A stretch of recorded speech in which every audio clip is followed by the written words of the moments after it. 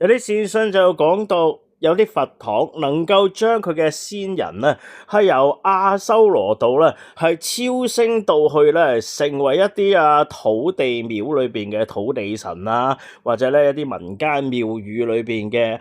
一啲神啊，做佢哋嘅代理神咁樣嘅。咁我點睇呢件事咧？如果我哋以正信佛教嘅角度嚟講咧，阿修羅咧係三善道裏邊嘅第二善道嚟噶，而咧呢啲土地廟裏邊嘅土地啊，民間廟宇裏邊嘅神咧，其實係屬於鬼道嘅眾生嚟噶，佢哋係叫做大福報嘅鬼，屬於咧三惡道裏邊嘅第二惡道啊，即係話做咗個超升嘅儀式之後咧，將排第二嘅阿修羅咧就打咗落去咧，變成排第五嘅餓鬼喎。有善道就打咗落惡道喎，喂，你睇清楚呢間佛堂係咪真係信佛教㗎？